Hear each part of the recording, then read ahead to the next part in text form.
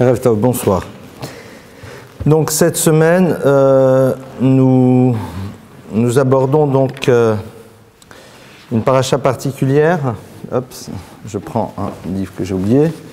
On aborde une paracha particulière donc dans laquelle va se passer un moment très fort, qui est donc celui de Kriyat Yam-Souf, c'est-à-dire de l'ouverture de la mer Rouge. D'accord ?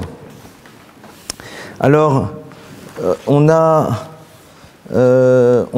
donc dans l'histoire de la sortie d'Égypte, on a deux parties. D'accord ? La première qu'on a vue la semaine dernière, enfin le texte nous en a parlé la semaine dernière, c'est le moment dans lequel les 10 plaies se terminent. Il va y avoir donc la sortie proprement dite, d'accord ? Donc le texte nous dit que ça y est, le peuple d'Israël sort. Et on a ici donc le second texte dans lequel on va nous parler d'une seconde étape qui est lorsque le peuple d'Israël sort d'Égypte, le pharaon va les poursuivre. Le peuple d'Israël se retrouvera donc devant la fameuse mer que l'on appelle la mer des Joncs, Yam-Souf. Et puis après, il va y avoir donc l'ouverture de la mer.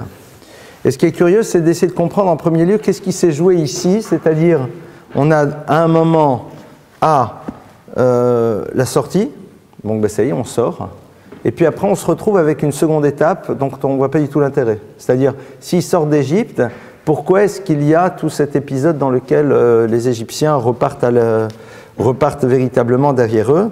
Alors, l'idée première, c'est que la sortie d'Égypte, c'est le moment dans lequel ils quittent l'esclavage, et le moment dans lequel ils se retrouvent débarrassés des Égyptiens, c'est le moment dans lequel, eh bien, ils sont totalement libérés, j'ai presque envie de dire spirituellement, de tout contact avec l'univers de l'Égypte, c'est-à-dire de cet univers qui voulait complètement les asservir aussi bien spirituellement que physiquement. On va essayer de voir qu'il y a peut-être d'autres choses qui se jouent à l'intérieur de ce texte. Tout d'abord, la Torah nous relate une petite chose. On ne voit pas vraiment pourquoi on en parle maintenant. Vayikach Moshe tatzmot Yosef imo ki hashbe ishbe et ben Yisrael emor pakod yifkod elokim etrem valitem et atmosai mise itrem. Le peuple d'Israël sort d'Égypte et on nous dit que Moïse prend atzmot Yosef imo. Il prend les ossements de Joseph avec lui. Ki hashbe ishbe et ben Yisrael emor, car Joseph avait fait le serment aux enfants d'Israël. Il leur avait dit, un jour Dieu viendra vous délivrer et vous ferez monter littéralement mes ossements d'ici avec vous. Donc on a ici quelque chose qui est important, mais qu'on retrouve juste à ce moment-là. Et en effet, le Midrash, les maîtres de la tradition, nous disent que au moment où le peuple d'Israël s'apprête à sortir, au moment où ils sont en train de s'organiser pour se retrouver à l'extérieur, récupérer aussi tout un butin auquel ils ont droit, eh bien à ce moment-là, Moïse, lui, sa préoccupation numéro 1, c'est d'aller récupérer donc les ossements de Yosef. Et alors là, il y a une histoire assez curieuse, c'est qu'on ne sait pas vraiment où ils sont. Et il y a une personne, une dame extrêmement âgée, qui est Sérar, qui sait où ça se trouve. Il va près d'une île et il fait remonter les ossements de Yosef et il les récupère et il les amène. Alors, bien sûr, Hashbia et Ishbia, Joseph avait fait donc jurer aux enfants d'Israël qu'ils n'oublieraient pas ces ossements au moment où ils sortiraient. Mais pourquoi est-ce que le passouk de la Torah a le besoin de nous dire, voilà, sache que c'est Moshe qui y va, c'est Moshe qui les prend. On a ici, bien sûr, plusieurs lectures de manière très pragmatique. On va essayer de se représenter un petit peu qu'est-ce qui se joue. La sortie d'Égypte, c'est la mission numéro 1 que Moshe va avoir dans son existence. Dieu lui dit, voilà, c'est toi qui es responsable de les faire sortir. C'est lui qui s'est confronté au Pharaon, alors qu'il ne voulait pas y aller. C'est lui qui a, à un moment, pensé qu'il était en train de tout faire échouer, parce que lorsqu'il a dit au Pharaon qu'il fallait les faire sortir, le Pharaon a redoublé encore de perversité, il a fait souffrir encore plus les enfants d'Israël. C'est lui qui donne cette obligation aux enfants d'Israël d'accomplir les 2 premières mitzvot, les 2 premiers commandements, qui sont celui de la Brit Mila, de la circoncision et du Korban Pessah. Donc il est vraiment au cœur de l'histoire, d'accord ? Il est celui qui dit, qui dirige, qui fait tout. Et le texte nous dit que, au moment le plus crucial, bien le pharaon est en train de s'écrouler, l'Égypte, c'est la catastrophe, le peuple d'Israël est dans une joie immense, on sort.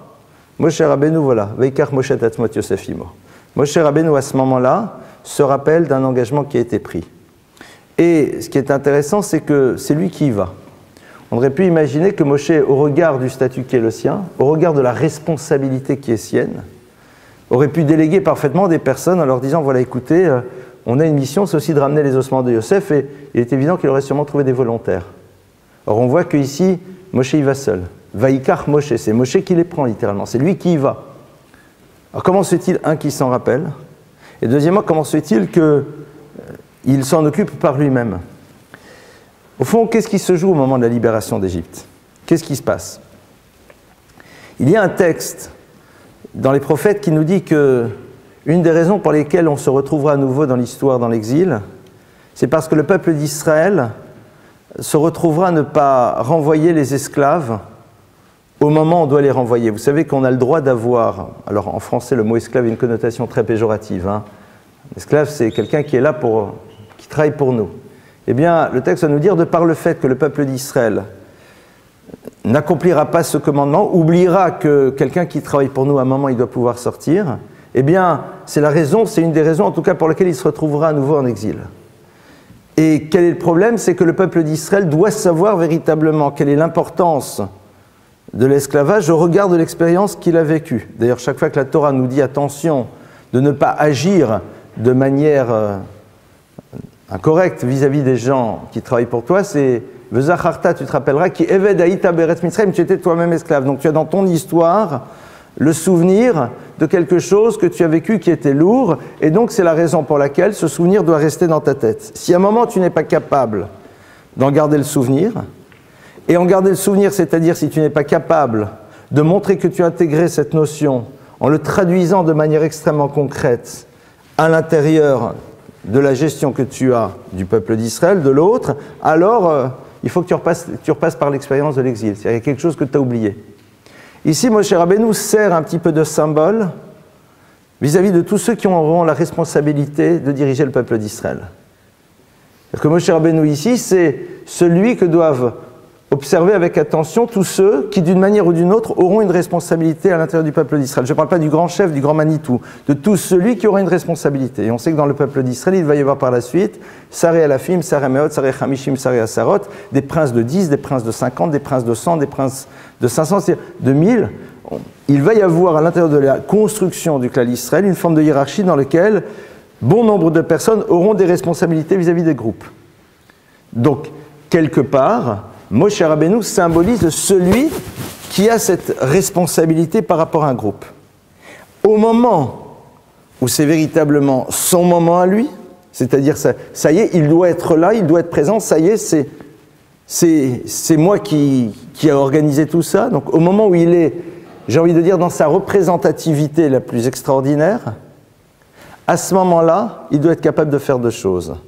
Un, de se rappeler de la nécessité absolue de tenir un engagement, et on va voir tout de suite à quoi ça correspond, et deuxièmement, de ne pas mettre en avant son honneur, mais de montrer que les choses vis-à-vis desquelles il a pris un engagement, il doit les assumer par lui-même. Qu'est-ce que ça veut dire au fond? C'est quoi un chef? C'est quoi l'idée du chef? Alors, vous savez qu'en hébreu, on dit d'un sage qu'il est Talmid Racham, c'est-à-dire c'est un élève plus sage. Le chef, par excellence, c'est qui dans le peuple d'Israël? C'est le roi. Vous savez qu'il y a un principe dans le Talmud qui dit que Melech shemachal al kvodo en kvodo machul. Un roi qui veut que l'on ne fasse pas attention à son honneur, il n'a pas le droit de le mettre de côté. Un maître a le droit de dire, pas la peine de m'honorer. Un roi ne peut pas le dire. Pourquoi? Parce que l'honneur que l'on doit au maître appartient au maître. Parce que c'est de par ses efforts pour pouvoir acquérir cette dimension-là qu'il a réussi à obtenir le poste qui est le sien. Parce qu'il s'est battu, il a étudié, il a appris. Donc, ce savoir lui appartient. Puisque ce savoir lui appartient, il a le droit d'en faire ce qu'il veut. Le roi, c'est quelqu'un à qui on a donné une fonction. On l'a installé à une place. Donc, comme on l'a installé à une place, eh bien, il est obligé à un moment d'assumer les prérogatives qui vont avec la place qui est la sienne. Ça, c'est le roi. Ça, c'est le roi. Mais en dehors du roi, tous les autres, c'est qui? Ce sont des individus qui ont réussi à être ce qu'ils sont de par les efforts qu'ils ont faits. Donc il y a une distinction fondamentale entre le roi. Le roi, c'est celui, ben voilà, t'es le descendant, t'es celui à qui on donne un statut. Et puis tous les autres.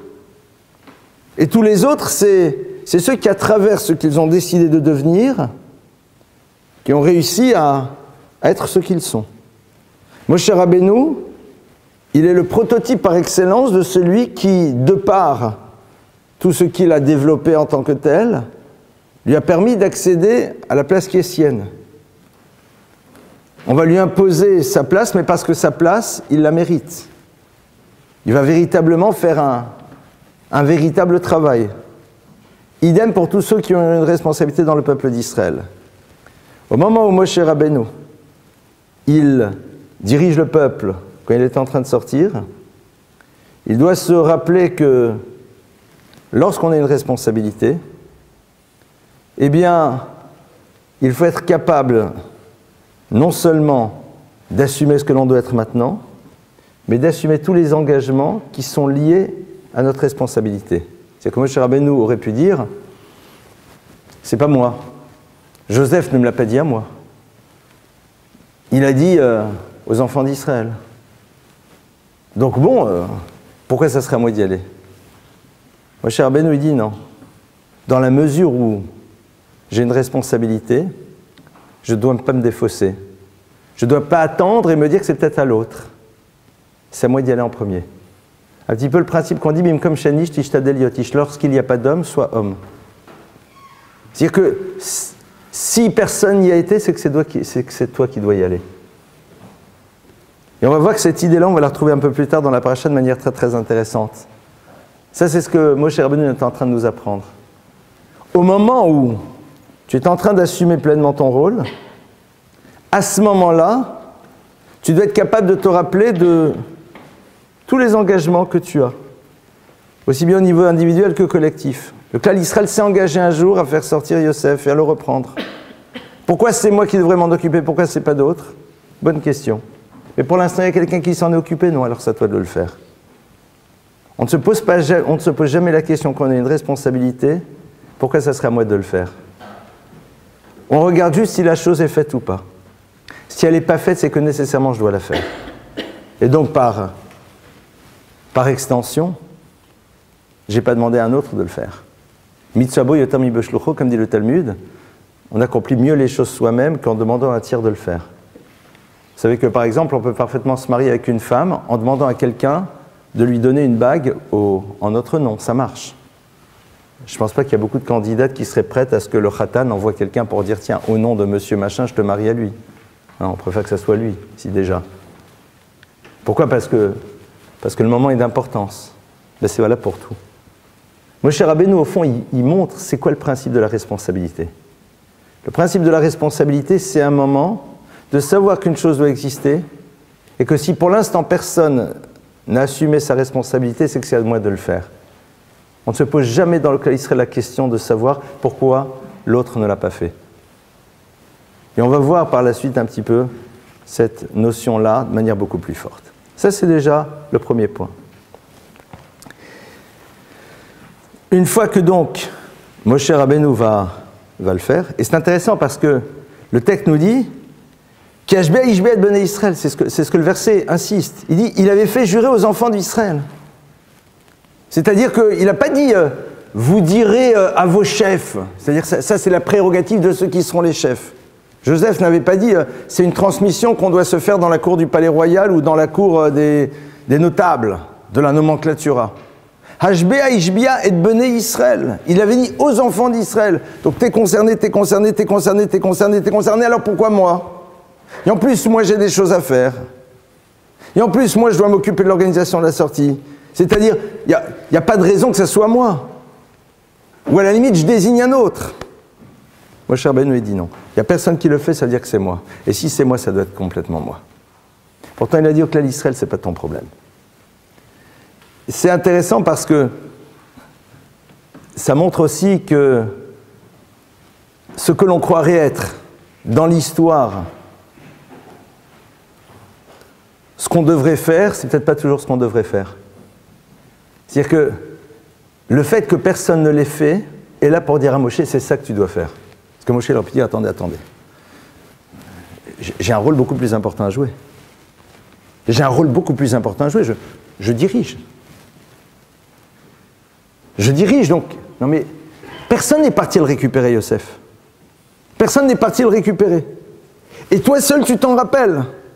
Peut-être que d'autres s'en sont rappelés, mais ne veulent pas y aller.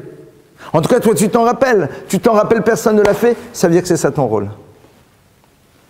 C'est-à-dire que tu découvres que ton rôle, c'est peut-être pas nécessairement ce qu'on aurait pu imaginer. Et c'est ça que la Torah met en exergue. C'est-à-dire qu'à partir du moment où tu réalises qu'il y a quelque chose qui doit être fait, et que cette chose-là, en plus, elle correspond à une parole qui a été donnée, donc quelque chose qu'on doit assumer coûte que coûte, eh bien, ton rôle, justement, c'est de faire en telle sorte que cette parole-là, eh bien, on puisse la tenir, même si tu as l'impression qu'à côté de ça, tu es obligé de mettre de côté quelque chose de beaucoup plus important. Et le reste, ce n'est pas ton problème. C'est-à-dire que la réussite de l'histoire, elle sera là.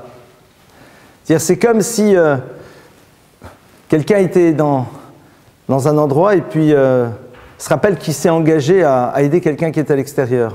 Mais là où il est, il rentre dans une réunion fondamentale. Alors il se rappelle qu'on avait dit à telle et telle personne que quand elle viendrait, on s'occuperait d'elle. Eh bien, tu n'as pas délégué quelqu'un, tu te lèves et tu y vas. Tu te lèves et tu y vas, parce que c'est ça ta responsabilité maintenant. Ah, qu'est-ce qui se passera par ailleurs? C'est pas ton problème. Comment est-ce qu'on va te percevoir? Comment est-ce qu'on va te comprendre? Comment est-ce qu'on va dire maintenant, mais c'est pas comme ça qu'on doit faire, c'est pas ton problème. Ça me rappelle une image très forte. Je crois que c'était dans la dernière année de son existence. Benny Lévy était dans un congrès très important, et puis à un moment, sa mère est rentrée dans la salle, et lui était à la tribune. Et bien, la Torah dit qu'à ce moment-là, ta responsabilité, c'est quoi? C'est de te lever et d'aller l'accueillir. Alors, en étant à la tribune, il s'est levé, il est descendu, il est parti l'accueillir. Qui est cette personne? Pourquoi il va l'accueillir? Comment? Quoi? Il est devenu fou? Ça se fait pas? T'es à la tribune, il y a les caméras. C'est pas mon problème. C'est à un moment, c'est la réussite d'une vie, c'est ça. C'est de comprendre qu'à partir du moment où tu es face à une situation qui exige de ta part d'agir et que personne ne l'a fait, tu n'as pas à te défausser sur les autres. Et ce que tu croirais être ton action, eh bien, c'est peut-être pas nécessairement celle que tu imagines. Tu penses, Moshe Rabbeinu, que ton action maintenant, c'est d'être là et de diriger. Eh bien, ton action maintenant, c'est d'aller chercher les ossements de Yosef. À qui va diriger? Dieu saura gérer l'histoire. Et vous voyez très bien que ça n'handicape en rien toute l'histoire de la sortie d'Égypte, d'aucune manière. Deuxième chose, on va essayer de comprendre qu'est-ce qui se passe avec ce pharaon qui repart à la poursuite des enfants d'Israël. Il y a quelque chose quand même très curieux dans la, je peux en dire dans la psychologie, on va pas faire une analyse psychologique prise unique de cette histoire avec le pharaon. Alors on sait que par O qui symbolise l'Égypte, ce sont les mêmes lettres que le mot Oref. Oref, c'est quoi? C'est la nuque. C'est-à-dire c'est quelqu'un qui en effet, eh bien, a la nuque qui est là, qui est dure, et il n'est pas prêt à se plier. Il a vécu donc une catastrophe qui est la catastrophe donc des 10 plaies. Le texte nous dit qu'on lui dit, mais tu réalises qu'ils sont partis, et il se lève. Mais alors, ce qui est intéressant, c'est que le texte nous a donné précédemment une précision très curieuse. Lorsqu'il quitte donc l'Égypte, Dieu dit à Moïse, par les enfants d'Israël, qu'ils aillent donc se mettre devant un endroit qui s'appelle Piachirot, entre Bingdol et Yam, l'Ifne Baal Tsephon, devant le Baal Tsephon, Nirorot Tachanu Alayam, vous vous installerez face à la mer. Et tout de suite après, eh bien, le pharaon viendra à votre poursuite. On donne ici des indications géographiques curieuses, mais avec surtout un point de référence qui est extrêmement bizarre, puisque le point de référence, c'est un point de référence d'une idole. Et cette idole, c'est donc le Baal Tsephon. Et en effet, certains considèrent que ça serait quelque chose qui s'apparenterait au Sphinx, j'en sais rien, chacun faisait l'extrapolation. Mais ce qui est sûr, c'est que le texte nous dit que le point de rencontre au niveau géographique sur lequel le peuple d'Israël va dans le désert est indiqué par Dieu comme étant le lieu de l'idole qui s'appelle Baal Tsephon. C'est curieux. C'est comme s'il dit, bon, bah alors tu sors les enfants d'Israël d'Égypte, et puis rendez-vous devant Notre-Dame de Paris. Alors on sait bien que c'est un joyau architectural, mais enfin bon, on aurait peut-être pu dire sur les bords de la Seine. Enfin, il y avait d'autres points de référence. L'Ifné Baal Tsophon. A priori, c'est curieux. Et nos maîtres de dire non, pas du tout. Le Baal Tsophon, au fond, c'est une idole qui est toujours présente. Parce que le texte nous dit qu'en effet, l'univers des idoles s'écroule au moment de la sortie d'Égypte, mais il y en a une qui reste. Et disent nos maîtres, car en effet, il fallait que le pharaon puisse avoir l'illusion que son combat avec le divin pouvait encore exister. C'est-à-dire qu'il y avait en effet pour lui confrontation, il y avait une forme d'échec, mais il pense avoir perdu une bataille, mais peut-être pas perdu la guerre. Pour lui donner les moyens d'imaginer qu'il y avait une possibilité, il fallait que quelque chose qui symbolise sa philosophie, sa vision du monde reste encore debout. Traduit de manière différente, pour que le combat reste égal, il faut donner à l'homme l'illusion qu'un autre système peut toujours produire quelque chose. Et c'est ça, au fond, que le pharaon voit. Alors le pharaon a deux manières d'avoir les choses. Soit il est dans une analyse de tout le processus des 10 plaies d'Égypte qui sont là pour lui prouver qu'il y a un Dieu qui est créateur, qui dirige le monde, qui est présent dans celui-ci et qui peut intervenir pour changer dans le cours de l'histoire. Et que même si en effet il y a par ailleurs une idole qui semble être toujours présente, mais au regard de la leçon qu'il vient de prendre, est-ce que véritablement cette présence n'est pas là pour permettre aux gens de garder une forme de libre arbitre? Et dans ce cas-là, quel est mon choix? Ou alors, on est dans le système, et c'est celui que le pharaon valide, de celui qui est incapable de prendre une leçon de l'expérience et qui se raccroche à quelque chose pour continuer à valider son système parce qu'il est incapable de le remettre en cause. C'est-à-dire qu'on est ici dans le prototype même de tout ce que l'homme pourra rencontrer dans son histoire. Qu'on le veuille ou pas, l'événement est là. Et cet événement, il est bouleversant, il peut être source d'apprentissage, voire de remise en cause. Mais tu vois qu'il y a quelque chose qui te permet quand même de rester encore dans ton ancien système. Ça ne s'est pas complètement écroulé. Tu as encore une théorie qui te permet de dire que peut-être c'est dû à d'autres choses et qu'au fond ça marche toujours. Et le pharaon, il fonce vers ça. La présence du Baal Tsophon, c'est au fond une indication formidable que même au moment de la sortie d'Égypte, il faut que je puisse avoir la liberté de continuer à avoir une autre lecture. La sortie d'Égypte pourrait être considérée comme une forme d'annihilation du libre arbitre, parce que la succession des plaies, leur annonce et la manière dont elles se passent, a priori, empêche l'homme d'imaginer qu'il y a autre chose que la parole divine. Et Dieu dit, ben non, voilà, il y a encore le Baal Tsophon. C'est-à-dire qu'il y a quelque chose qui s'appelle Dieu, mais il y a peut-être autre chose. Je te le laisse. C'est-à-dire, je ne veux pas qu'à un moment, l'histoire t'oblige à faire un choix.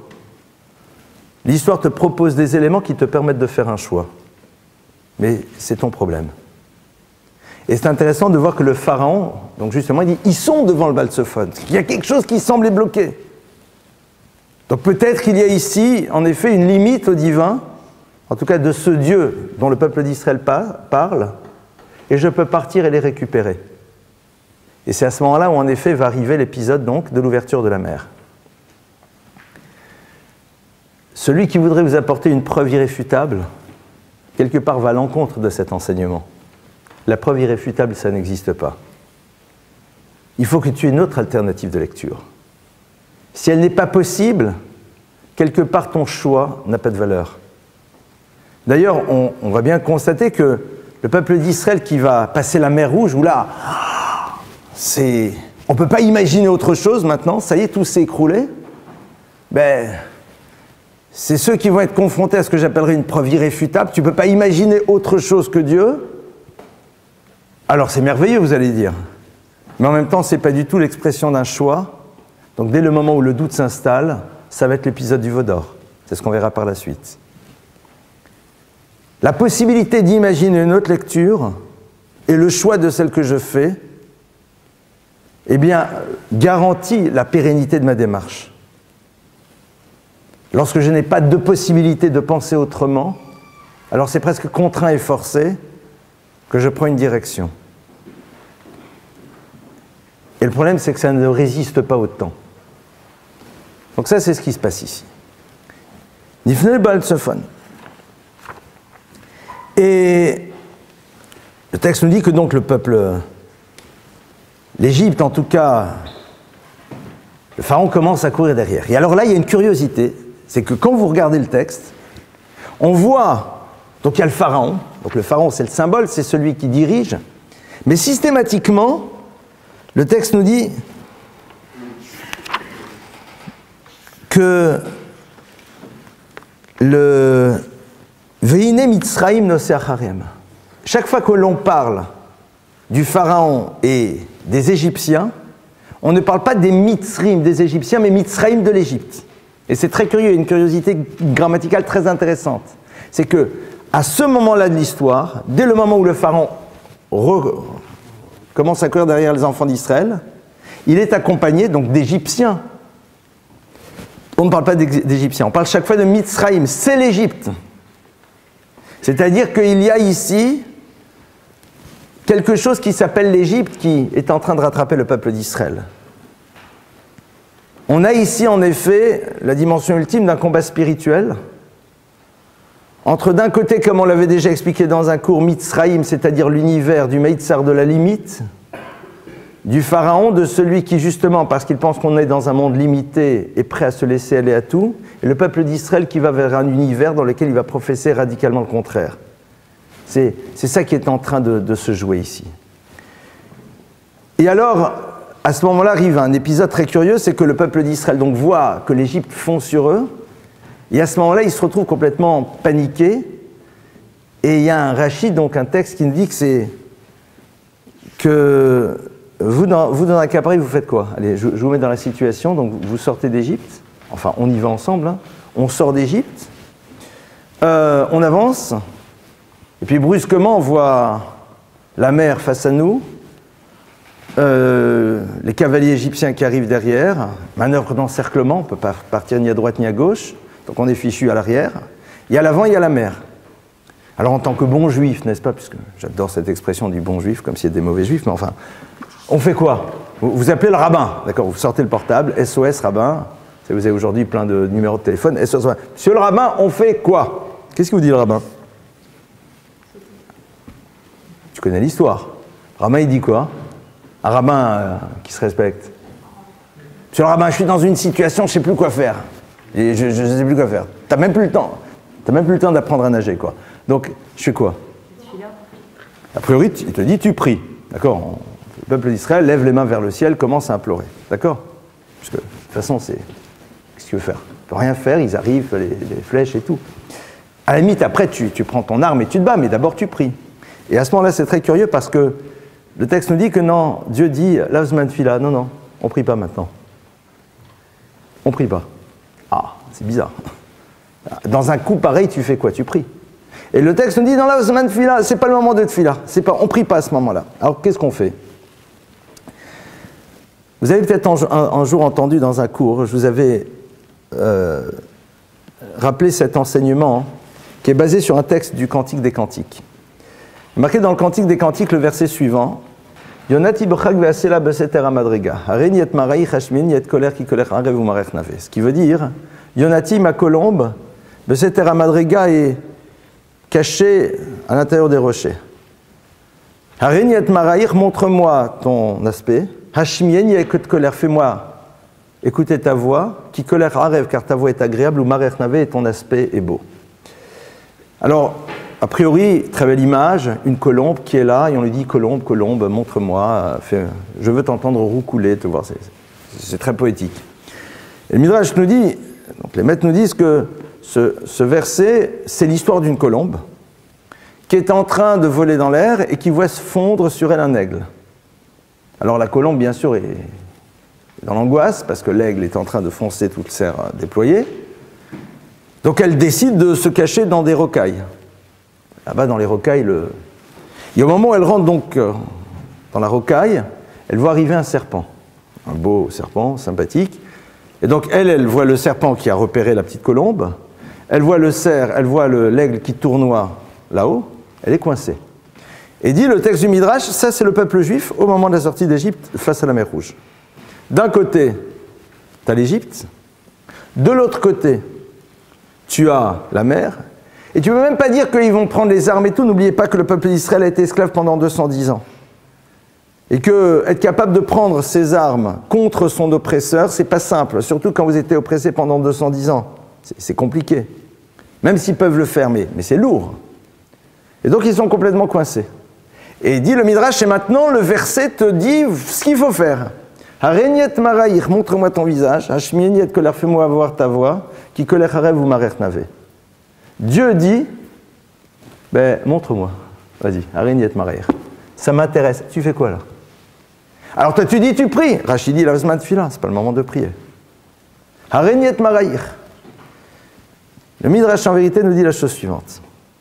Il nous dit que dans le scénario de la sortie d'Égypte, lorsque Dieu avait parlé à Abraham de cette période que passerait le peuple d'Israël, il lui avait annoncé à la fois un asservissement, une délivrance, une révélation et une arrivée vers la terre d'Israël. Mais l'épisode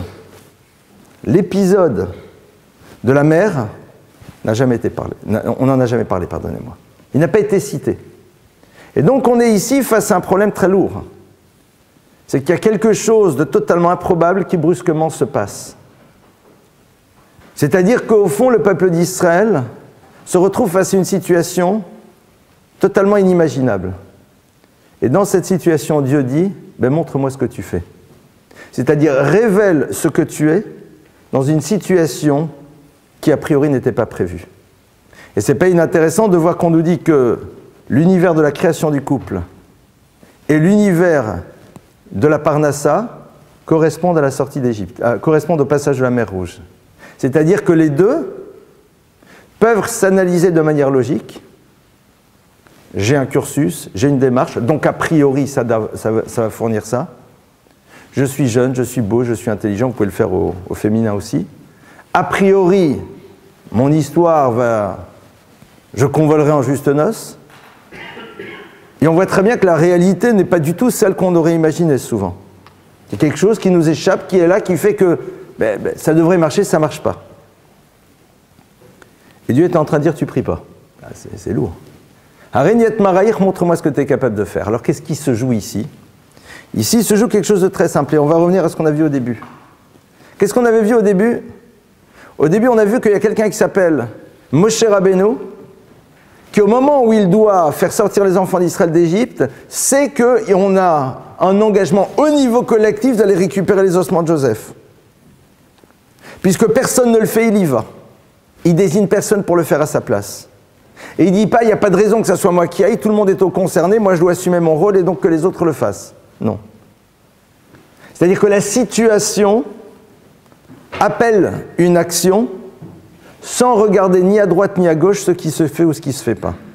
Et on a donc ici un homme qui s'appelle Nachshon ben Aminadav, qui est un prince d'Israël, qui commence à marcher dans l'eau, et qui avance, jusqu'au moment où, ayant de l'eau jusque-là, il ne sait pas quoi faire, le bâton de Moïse se lève et tout s'ouvre, et c'est la suite de l'histoire. Qu'est-ce qui s'est joué là? Eh bien, la capacité qu'a eu un homme de se poser la question de ce que l'on pouvait faire dans quelque chose qui est logique, même si on n'en voit pas le résultat. Parce que c'est logique d'avancer. Que vous le vouliez ou pas, c'est logique d'avancer. Il faut avancer. Maintenant, si tu réfléchis 15 secondes, tu vas avancer, mais dans 10 mètres, tu as de l'eau jusqu'ici, mon frère. Donc, quelque part, si tu dis, mais il y a quelqu'un qui me poursuit, je dois faire quoi? Ben, tu avances. Tu dis, oui, mais dans 3 minutes, j'aurai de l'eau jusque-là. Donc, quelque part, cette logique, brusquement, ne fonctionne plus. Le texte nous dit, ben, tu vas quand même. Qu'est-ce que Nachshon ben Aminadav, il fait? Il y va quand même. C'est que Nachshon, au fond, il est en train d'apprendre cette leçon que l'a d'Israël. Il est en train de dire qu'à un moment, sortir d'Égypte, c'est ne pas vouloir sans arrêt être dans un système de relations de cause à effet. C'est-à-dire, à un moment dans l'histoire, on te demande d'avancer. Si tu analyses les choses dans ta logique, ça ne pourra rien produire. Ça, c'est plus ton problème. Ça, c'est plus ton problème. Vous connaissez l'histoire du début de l'État d'Israël. Logiquement parlant, ça ne peut pas marcher. Il n'y a pas d'économie, il n'y a rien, mais zéro.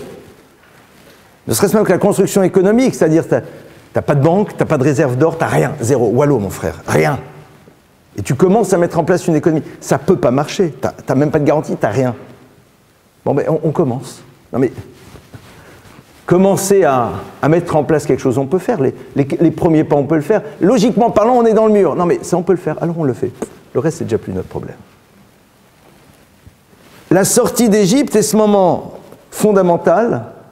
Il est là pour que l'homme se rappelle qu'à un moment, s'il pense maîtriser l'histoire, il pourra le faire, mais quelque part, il ne pourra peut-être pas faire vivre son histoire. C'est-à-dire, le peuple d'Israël aurait pu dire, on n'y arrivera pas, on se retourne, on négocie, drapeau blanc, je ne sais pas, puisque le pharaon, il veut les récupérer. Le pharaon, il ne veut pas les tuer. Il dit, vous repartez en Égypte, vous êtes les esclaves, vous êtes échappés, à un moment vous étiez plus forts, allez, rewind, on repart en arrière. Et après, on verra qu'on fera des commissions, des machins, des trucs, on renégocie. Vu qu'il a vu quand même qu'on était pas mal, parce qu'on a fait les 10 plaies, donc peut-être qu'on pourra négocier des meilleures conditions, ce que vous voulez. Donc il y a une histoire possible. Il se serait peut-être passé quelque chose. Mais l'histoire avec un grand H du peuple d'Israël, elle ne se passe pas.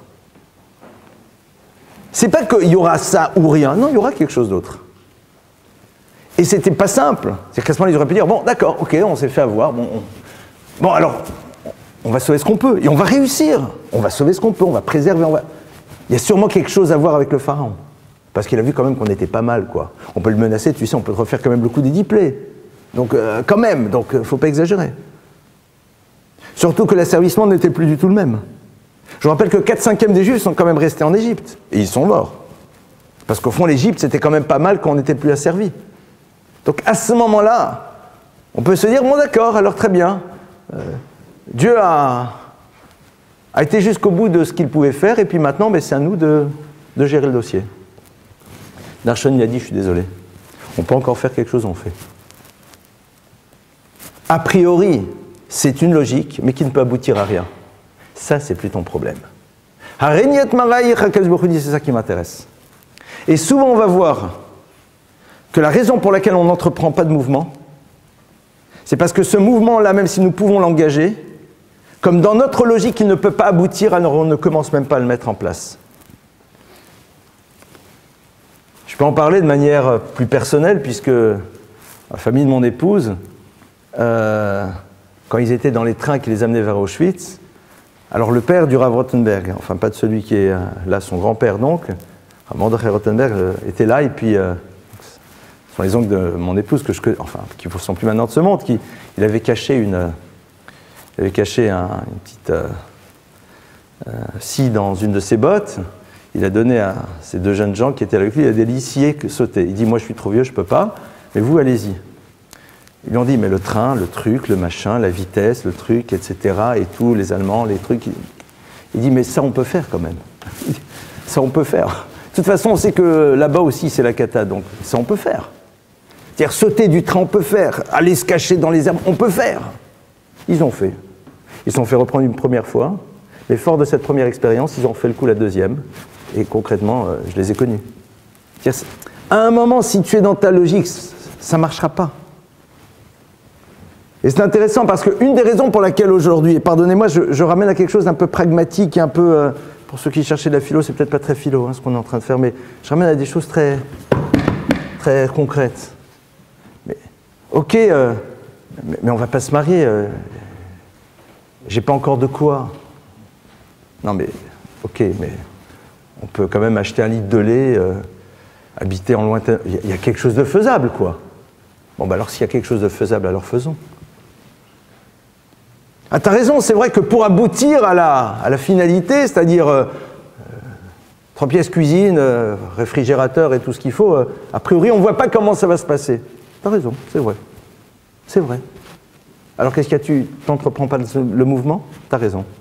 Il y a de fortes choses qu'aucune histoire n'existera. Ou alors il y en aura une, mais qui n'aura aucun rapport avec ce que ça aurait pu être. Et c'est pour ça que la Gemara nous dit, le parallèle, il est là. C'est-à-dire que quand la Torah a besoin de nous raconter l'histoire qui se passe au moment de l'ouverture de la mer, c'est parce que justement, c'est quelque chose qui nous concerne. Ce qui est génial, au fond, aussi, dans cette histoire, c'est la force que va avoir cet homme qui s'appelle Narshon ben Aminadav. Narshon ben Aminadav, c'est l'homme libre par excellence, Parce qu'il est celui qui n'attend pas que les autres fassent pour commencer à faire. Exactement comme Moïse. Il a pris exemple, au fond. Parce que nous, aujourd'hui, dans notre système religieux un peu... D'accord ? Qu'est-ce qui se serait passé ? On aurait dit, ah, on attend d'abord que le rabbin bouge. Quand le rabbin chante, d'accord ? Le rabbin ne chante pas, je ne chante pas. Le rabbin ne danse pas, je ne danse pas. Pourquoi tu avances ? Non, mais il n'a pas avancé. Les notables du CRIF, et on dit, on s'en fout. Tachlis, faut avancer, t'avances. Nachshon ben Aminadab, c'est pas n'importe qui. Mais dans la hiérarchie du peuple juif, il y a quand même du monde encore. Nachshon, il a dit, mais je ne comprends pas, on peut avancer, alors on avance. Et la mer, elle s'ouvre, devant lui. C'est-à-dire que sa force, c'est de ne pas s'être caché devant l'immobilisme des autres pour ne pas élaborer son propre mouvement. C'est pas simple, parce qu'on est toujours dans nos peurs et dans nos craintes. Mais c'est là où justement se situe l'enjeu. Et pour en revenir justement à notre texte, il y a marqué comme ça qu'il met cette rame Eretz Mitzrayim Renu Plaot, que l'histoire que le peuple d'Israël vivra dans cette période qui précédera la venue du Messie sera exactement calquée sur l'histoire de la sortie d'Égypte. C'est-à-dire qu'on se retrouvera à nouveau face à des choses qui étaient absolument illogiques, qu'on n'aurait jamais imaginées. Je n'ai qu'à parler aujourd'hui de l'antisémitisme qui est généré de par le fait qu'Israël existe, alors qu'on pensait qu'Israël allait être justement la base de la disparition de l'antisémitisme. Mais justement, dans le monde de l'ouverture, enfin de tout ce que tu veux, et dans lequel on se rend compte qu'il y a des choses de plus en plus lourdes qui se passent. C'est pas normal, c'était pas logique. Normalement, c'était la paix et la concorde entre les peuples, et puis salut tout le monde. On apporte à tout le monde, à l'humanité, on est la démocratie, on est ce qu'on voulait. Paf. Et donc, à ce moment-là, il va y avoir peut-être une démarche à voir. Mais cette démarche, on pense qu'a priori, c'est pas ça qui va faire aboutir l'histoire. C'est vrai que c'est bien, mais c'est pas ça qui peut faire aboutir. Nachshon, il a dit, je vais dans l'eau. C'est quoi cette notion de l'eau ? A priori, c'est, si tu veux fuir, mon frère, va partout sauf dans de l'eau. Encore plus si tu es habillé. C'est-à-dire, si tu réfléchis 2 secondes, aller dans l'eau, c'est quoi ? C'est aller dans un univers qui, a priori, n'est pas le plus adapté par rapport au projet qui est le nôtre. Si le projet, c'est de fuir, commence à construire des canaux, enfin, fais autre chose, mais tu marches dans l'eau. Il y en a qui a marché sur l'eau, mais bon, c'est un peu plus tard. Mais pour l'instant, en tout cas, toi, tu vas dedans, quoi. Avec tes trucs, tes machins, ton truc, etc. Tu as pesé 2 tonnes. Même si tu ressors après, tu t'imagines dans quel état pour livrer bataille. Il n'y avait pas de cabine de bain, quoi, sur les bords de la mer. Donc, en plus, ce que tu fais, il n'y a priori pas logique. C'est pas ça. Ok, il faut être dans le mouvement, mais pas aller dans l'eau, quand même. Tu t'imagines comment tu vas faire après ? Comment tu peux... Après, t'es fichu. Après, c'est quelque chose. Mais, au fond, au niveau du symbole, Nachshon ben Aminadab, il est en train de dire, vous savez, le clan d'Israël, le mouvement, on doit le faire dans un univers dans lequel il y a quelque chose qui peut aboutir, même s'il n'y a pas de logique. Et c'est l'univers de l'eau. Et la Torah est comparée, pour 13 raisons différentes, à l'eau. C'est-à-dire, c'est à un moment. Essayez de voir ce que la Torah nous dit dans une situation pareille. C'est-à-dire que Nachshon ben Aminadab est en train de nous apprendre que les solutions que la Torah proposera lorsque le clan Israël, ou aussi bien au niveau individuel que collectif, on se retrouve face à une impasse, seront des solutions qui, a priori, ne rentreront pas dans la logique. C'est vrai qu'éventuellement, mais ce n'est pas ça qui va amener, voire même c'est ce qui va t'alourdir. Et c'est là où en effet se retrouve Vayaminu B'Hashem. On dit que c'est là où s'est joué le principe de la foi. C'est-à-dire que toute l'histoire de la foi du peuple juif, on en parle où ? Ici. C'est là où s'est construite la notion de foi par excellence.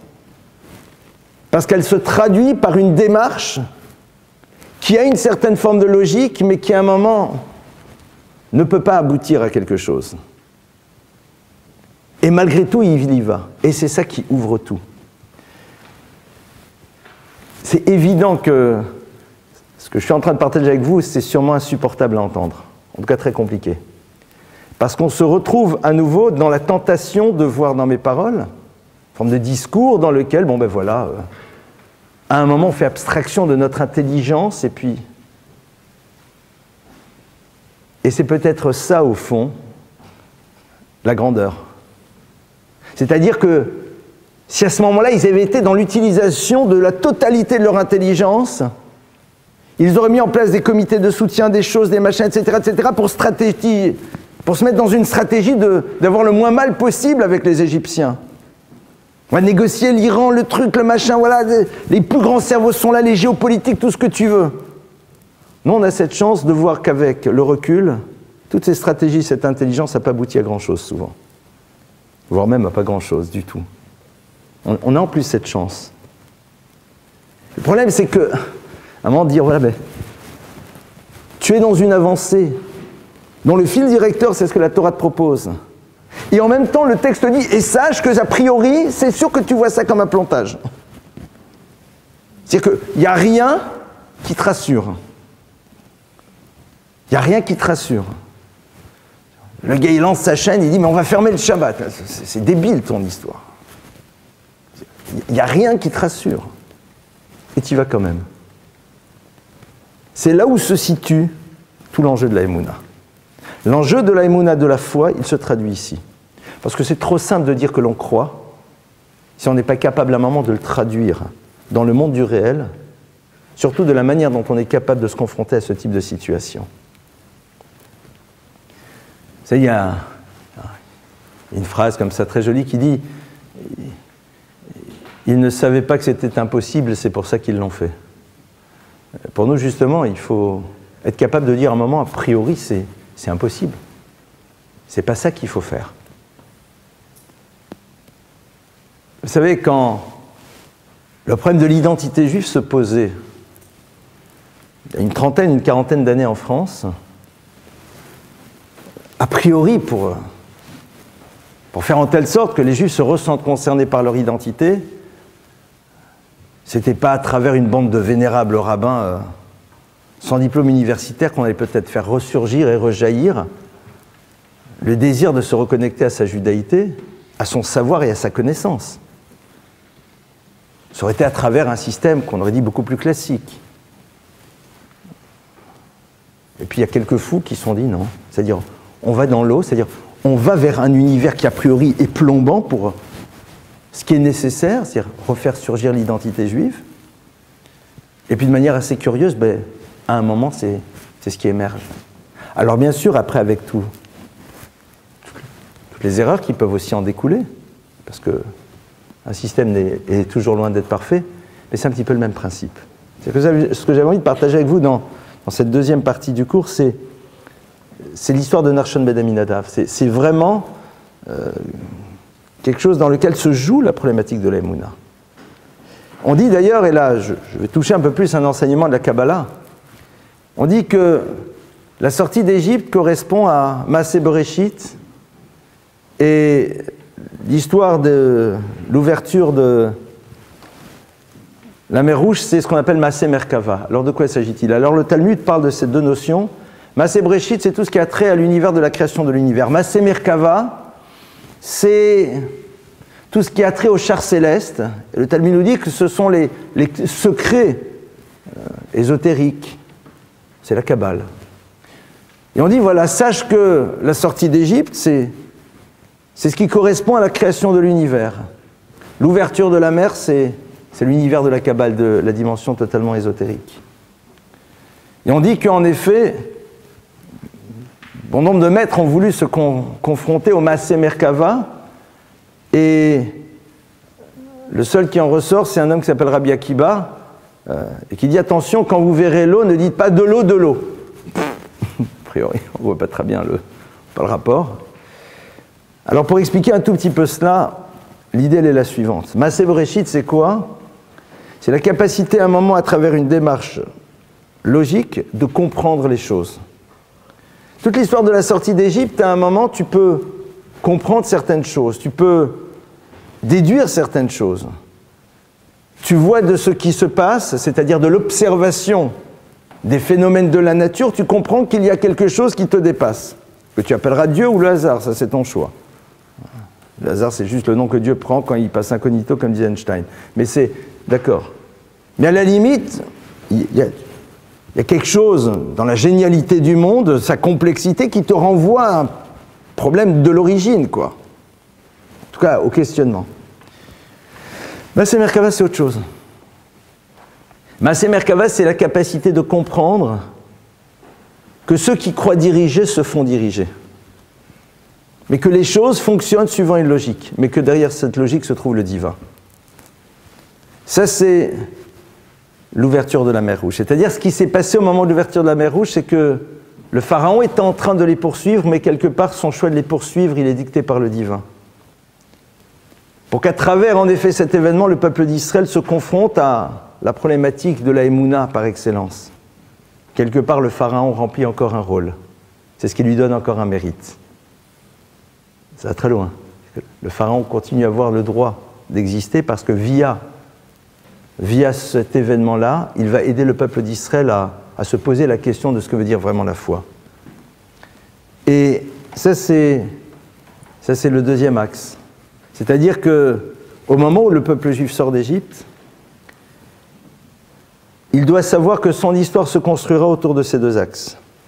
Et à la fois une interrogation extrêmement poussée au niveau intellectuel, pour arriver à une certaine forme de conclusion sur un monde qui est dirigé, et en même temps être capable de voir dans le fonctionnement de l'univers la présence du divin, même si a priori on n'arrive pas du tout à comprendre en quoi il y est. C'est le problème de l'incompréhension de Dieu, c'est le problème de la souffrance, c'est le problème de l'échec, et c'est ça au fond que Rabbi Akiba dit, quand vous verrez Maïm Maïm, quand vous aurez l'impression qu'il y a deux eaux, c'est-à-dire qu'il y a des choses totalement distinctes, ne le dites pas. Tout procède de la même origine. Notre problème à nous, c'est qu'on a l'impression que les choses sont totalement séparées les unes des autres et qu'il n'y a aucune logique à l'histoire. Ça, c'est le préambule. Je ne peux pas aller plus loin parce que c'est des choses que je ne comprends pas, mais c'est un tout petit peu voilà, le point de départ. Un petit peu quelques idées que je voulais partager avec vous. Et maintenant, comme d'habitude, on passe à vos questions. Vous n'êtes pas encore complètement congelé, donc vous pouvez encore... Allez-y, à vous les questions. Oui. Je pense que ce que vous venez de dire sur le rôle du pharaon, où en gros, est-ce que ça pourrait être valable sur, par exemple, Aman, en disant, voilà, Aman, peut-être reçu, a rempli un rôle qui a poussé le peuple juif aussi à se poser des questions? Alors, ce que tu dis, en vérité, c'est un texte de Talmud qui en parle. Le texte du Talmud nous dit que le moment où Aman, donc, qui est un grand persécuteur des Juifs, prend sa bague pour appuyer de son sceau le décret dans lequel le peuple d'Israël est voué à l'extermination, ce moment-là fait plus que des dizaines de prophètes. C'est-à-dire, le texte est en train de nous dire que, malheureusement, parfois l'individu a besoin d'être confronté à l'angoisse de la finitude pour se reposer les vraies questions. Et derrière ça, au fond, se joue une notion qui est extrêmement importante. C'est que Aman, en faisant cela, remplit son rôle.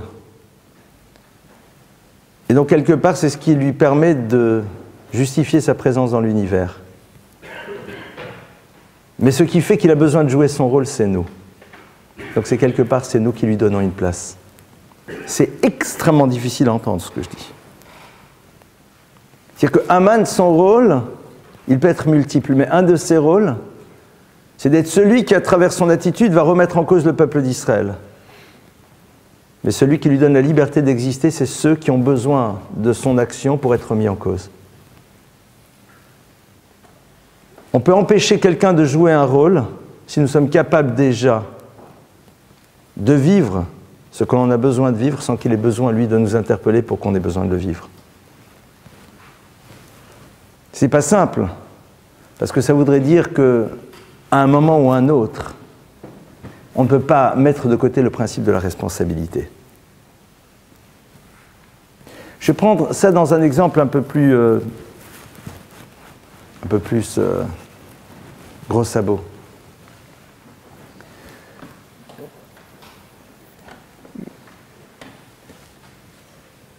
La sanction, au fond, n'est là que pour permettre à l'individu de réfléchir. Celui qui met en place la sanction pourrait à un moment faire autre chose. Mais je l'oblige à jouer ce rôle parce que quelque part, c'est ma démarche qui l'oblige, lui, à me permettre de me remettre en cause. On ne peut pas à un moment décorréler l'univers des relations. Je peux faire en telle sorte que l'autre ne remplisse pas le rôle qui est le sien si moi-même je sais ce que je dois faire, quoi. Et on le voit de manière toute simple, c'est-à-dire si l'arbitre n'aura pas besoin de siffler le penalty si je sais qu'il y a certaines choses que je ne peux pas faire, quoi. Mais il peut aussi siffler le penalty, quoi. Il ne fallait pas que je fasse un croc en jambe à l'autre, quoi. C'est-à-dire si tu prends juste, si tu décorrèles les choses, si tu vois juste le carton rouge, tu dis mais c'est pas gentil. Parce que sur les derniers mètres, j'ai pas frappé quelqu'un. Mais il y a 30 secondes, c'est ce que j'ai fait. Mais celui qui n'arrive pas à voir la totalité de l'histoire, parce que là c'est sur 30 secondes, mais parfois ça peut se passer sur une durée beaucoup plus longue, dit mais attends, c'est pas juste. Parce que là on l'a vu, il marche normalement sur le terrain. Non mais si tu avais vu l'action précédente, là ça s'est mal passé. Non mais l'arbitre est là pour sanctionner, pas du tout. Il peut être là au contraire pour fluidifier le jeu. Mais tu peux générer chez lui cette obligation qui est là pour t'amener à dire que mais dans la vie il y a des choses qu'on ne peut pas faire. Oui. Donc Haman, il sanctionnait quoi? Haman, l'histoire de Haman, c'est...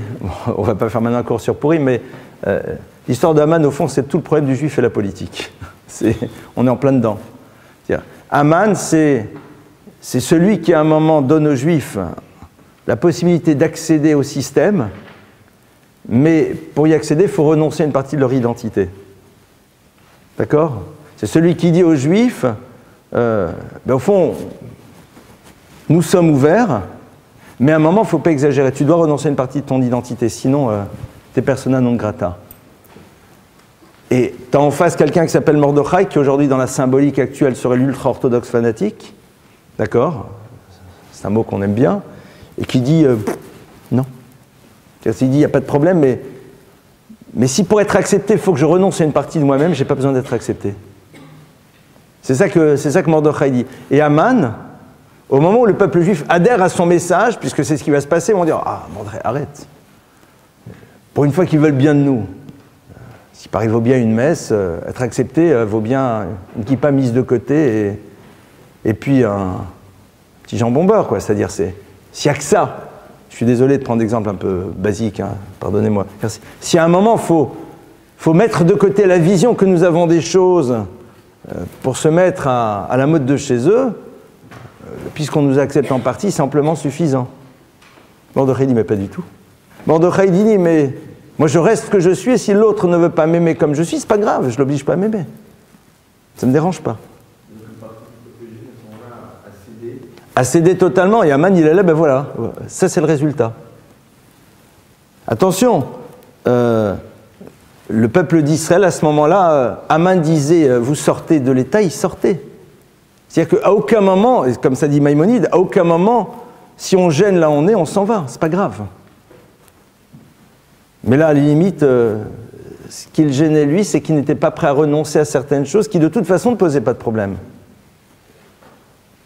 Ils continuaient à faire leur Shabbat, c'est-à-dire c'est au niveau du système, quel qu'il soit, le Shabbat que je fais chez moi ne pose pas de problème.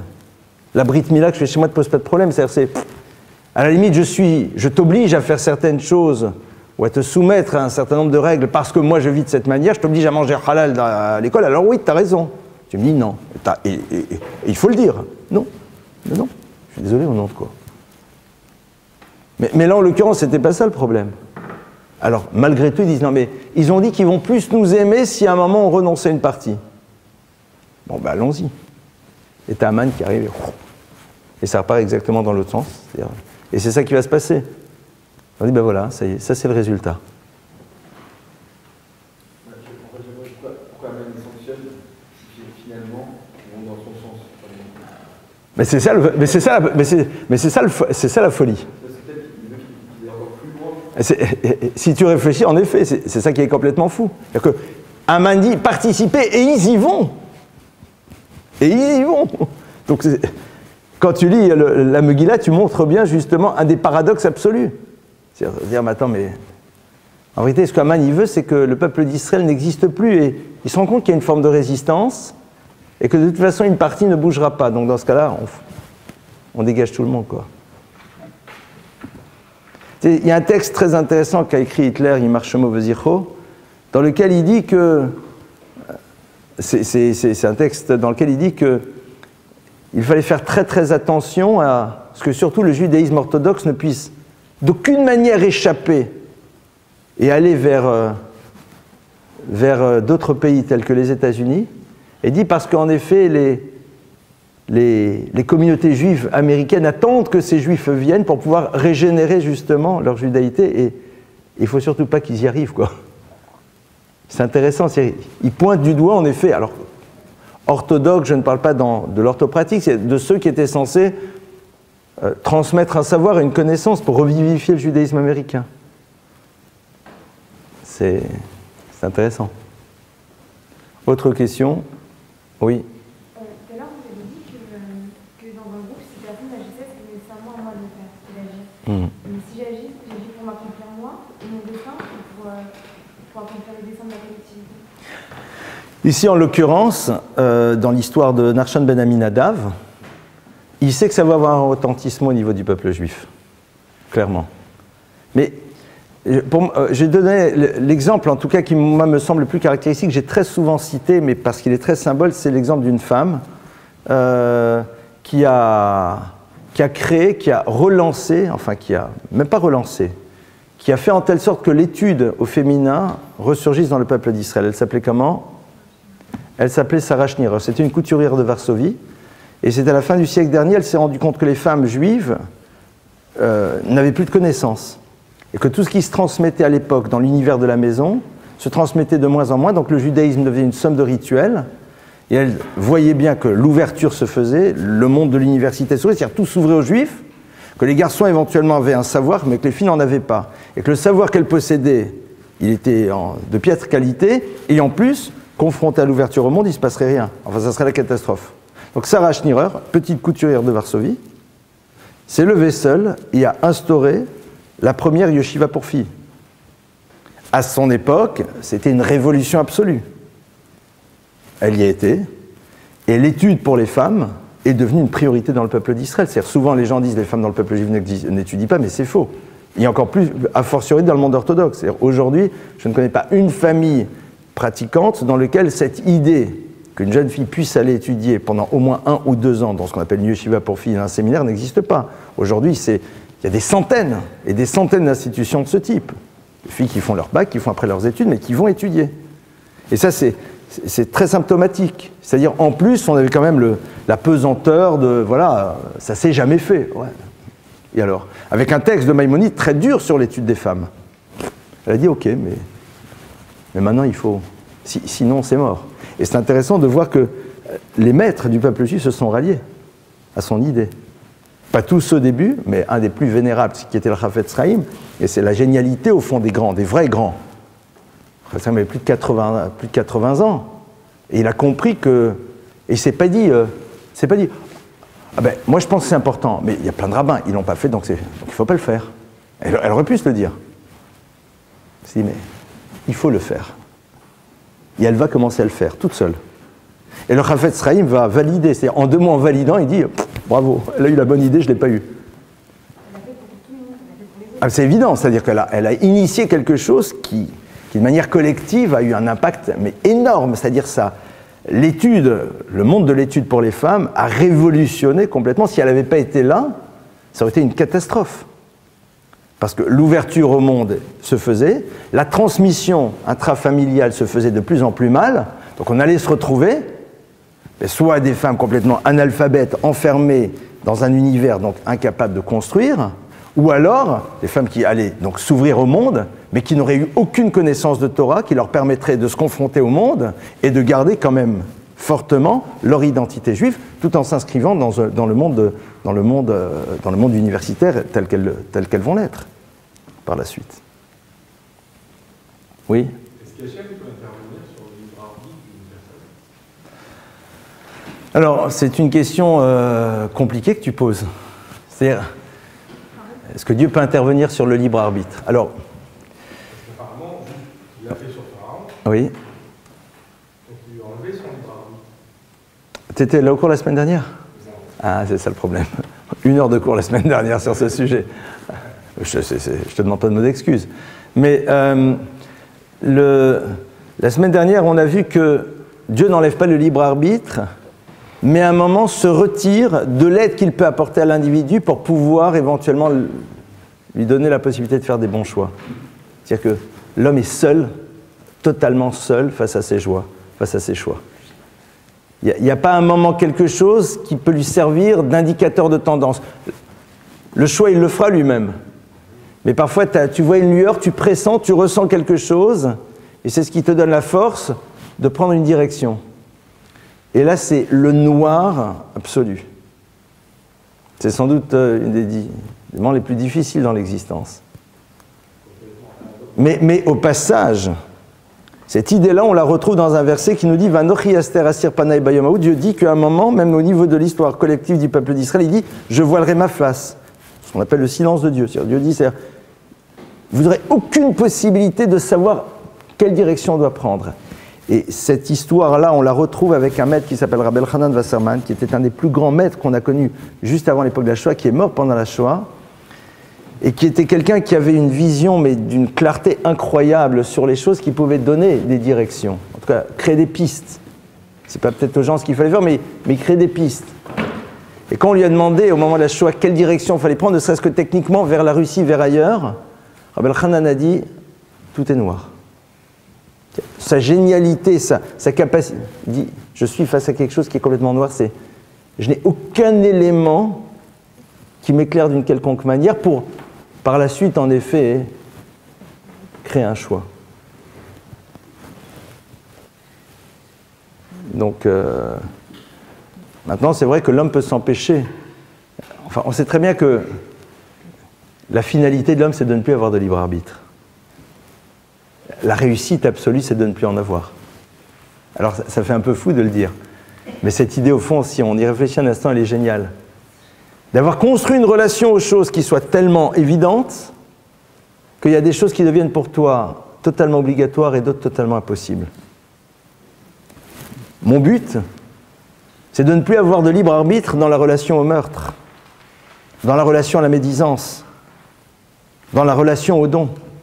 C'est-à-dire que même face à une possibilité que j'aurais technique, je ne peux même pas imaginer faire autre chose que ce que l'éthique et la morale me demandent de faire.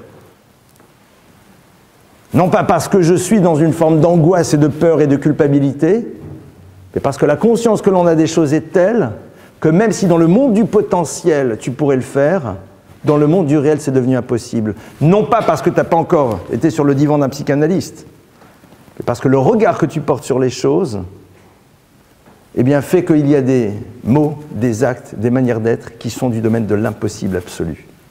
Et ça, c'est sur ça qu'on doit travailler. À aucun moment, tu dois avoir l'impossibilité technique de faire les choses. Dans toute la vie, on doit pouvoir faire les choses. Mais il y a certaines choses qui sont devenues du domaine de l'impossible. Et c'est intéressant parce qu'on voit qu'aujourd'hui, il y a un mouvement qui émerge et qui dit que ce que l'on n'arrive pas à imaginer pouvoir faire, c'est parce qu'on a sur nous la culpabilité, le passé, enfin, toutes sortes d'éléments qui nous empêchent, mais si on arrivait à s'en libérer, on pourrait le faire. On voit ce que ça veut dire se libérer de sa culpabilité dans certains univers. Et c'est la raison pour laquelle, justement, ne plus avoir de libre arbitre n'est pas le fruit d'une peur ou d'une culpabilité, mais d'un savoir. D'un état de conscience absolu. Comme Rav Dessler dit, le moment dans lequel ton regesh moussari, ta sensibilité éthique qui est inhérente à ce que tu es dans ton humanité, eh bien, soit l'élément qui soit présent face à toutes les possibilités, mais dans lesquelles, au fond, tu ne peux pas imaginer faire autre chose que ce qu'Akadosh Baruch Hu te demande de faire. Mais c'est la finalité d'une vie. Mais c'est valable dans certains domaines, peut-être pas d'autres, et puis dans d'autres domaines par la suite, et puis dans d'autres par la suite. Je te parle d'une chose qui est très simple. Le texte nous dit « Milvar sheker tichak » d'une parole mensongère tu t'éloigneras. il faut imaginer qu'à un moment, je ne puisse plus m'imaginer pouvoir dire du mensonge. Sauf si celui-ci est là pour sauver la vie de quelqu'un. Ou dans ce cas-là, en effet, ça ne s'appelle plus mentir.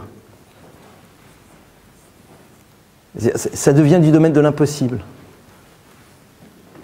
C'est dans le contrôle de ses passions, dans tout. Mais non pas dans quelque chose de sclérosant, d'enfermant, qui fait que l'homme est là dans une avancée qui n'en est pas une, complètement enfermé sous le poids de quelque chose. Il est dans un réel monde des possibles, mais il y a des choses qui pour lui sont du domaine de l'impossible, alors qu'il reste toujours dans ce monde du possible. Mais l'impossibilité de ces choses est liée au savoir que cela ne peut pas exister dans son existence. C'est le moment où tu te réappropries totalement les choses. Oui ? Bien sûr. Oui, mais j'entends, mais c'est le fruit d'un libre arbitre exprimé qui fait que, comme je dis toujours aux gens, là tu me parles, je peux te prendre ce truc-là, te balancer dans la figure, techniquement parlant, j'ai le livre, j'ai la main, j'ai la force. Très sincèrement, on peut même me payer 50 000 $, sauf si on partage 25-25, dans ce cas éventuellement on peut voir, mais je ne le ferai pas. Pourquoi ? Parce qu'il y a un travail en amont qui fait qu'il y a certains gestes, certaines choses qui ne peuvent plus exister. Mais c'est l'expression d'un libre arbitre sur lequel j'ai travaillé auparavant, qui est quand quelqu'un m'ennuie, est-ce qu'à un moment je peux lui faire quelque chose qui lui pose problème ? Et peut-être qu'à un moment je pouvais le faire. Et puis au fur et à mesure, c'est plus dans le domaine du possible. Donc c'est le fruit d'un libre arbitre. Bien sûr, c'est évident. Dès le départ, c'est un libre arbitre. Et au bout d'un moment, je fais en telle sorte que la relation que j'ai aux choses, aux actes, fait qu'il y a des choses qui pour moi deviennent du domaine de l'impossible. Ça devient du domaine de l'impossible, mais je reste dans le monde des possibles. C'est-à-dire que ce n'est pas, et c'est pour ça que c'est très, très intéressant, il ne faut pas que ça soit la peur, l'angoisse, la culpabilité ou ce que tu veux, c'est je pourrais le faire. Je peux le faire. Cap. Mais concrètement, je ne le ferai jamais. Au passage, ce qui révèle cette démarche, c'est quand tu es seul face à toi-même. Où là, tu n'as justement pas le poids du regard des autres qui peut être l'élément qui t'empêche de faire ou te pousse à faire. Où là, véritablement, tu sais parce que c'est l'expression de ce que tu veux réellement, de ce que tu as choisi. C'est déjà un test intéressant, quoi, de voir que cette chose-là, tu te l'appropries et c'est plus l'univers qui est autour de toi qui t'amène à faire telle et telle chose. Oui ?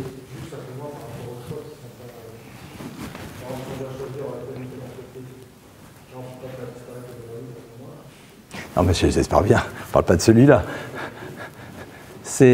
Non, là, c'est le libre arbitre au niveau d'un mode de fonctionnement.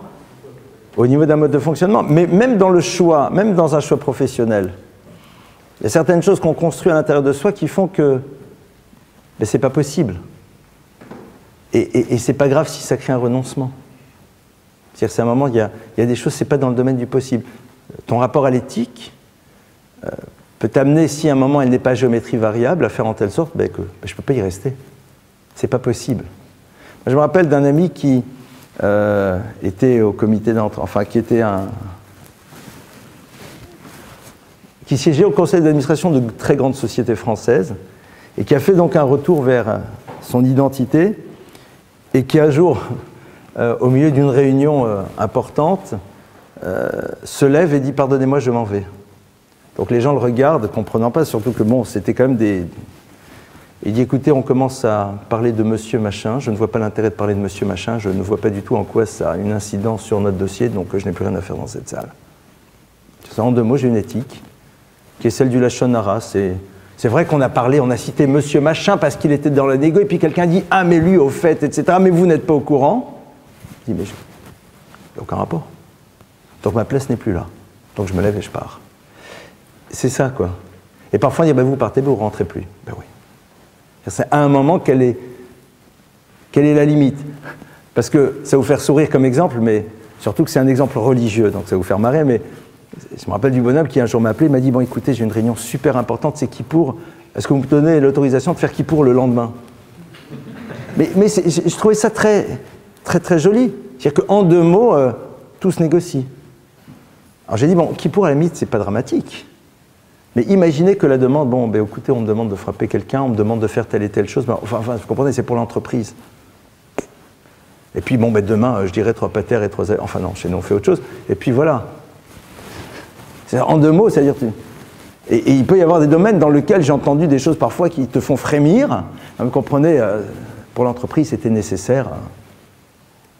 Donc ça veut dire que quelque part, tu es dans un vrai libre arbitre et tu as fait un choix. Puis il y en a un autre qui dit, mais non, si c'est ça le prix à payer, mais non. Si c'est ça le prix à payer, mais non, c'est tout.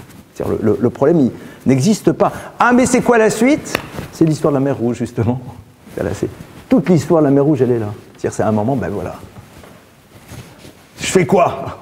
J'ai le banquier d'un côté, j'ai la boîte qui est là, mais qui se comporte comme des rapaces, je fais quoi? D'Aber el Ben Israël. Ben, voilà, c'est ça ta propre traversée de la mer Rouge. C'est pas simple à vivre, hein, mais c'est là où véritablement, au moins, on peut se regarder soi-même. C'est là où on se rencontre, dans le vrai sens du terme. Je vous remercie pour votre écoute. À la semaine prochaine, Bezrat Hashem.